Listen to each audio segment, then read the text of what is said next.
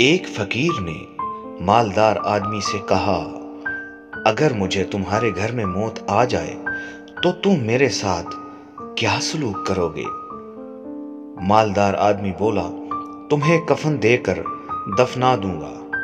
فقیر بولا، ابھی میں زندہ ہوں، مجھے پہننے کے لیے کپڑے دے دو، اور جب میں مر جاؤں تو بغیر کفن کے مجھے دفنا دینا۔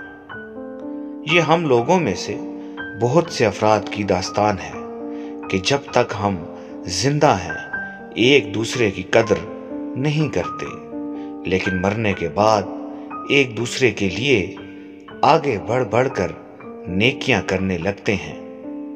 اگر قدر کرنا ہے تو زندگی میں کرو۔ ہر انسان کے پاس دو راستے ہوتے ہیں، جیسی زندگی گزر رہی ہے گزارتا رہے، یا پھر ہمت کرے اور بدل ڈالے زندگی۔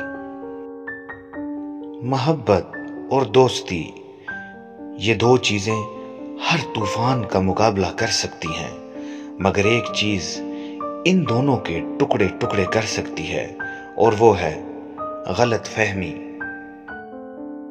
جھوٹے انسان کی اونچی آواز سچے انسان کو خاموش کرا دیتی ہے، لیکن سچے انسان کی خاموشی جھوٹے انسان کی بنیاد ہلا دیتی ہے۔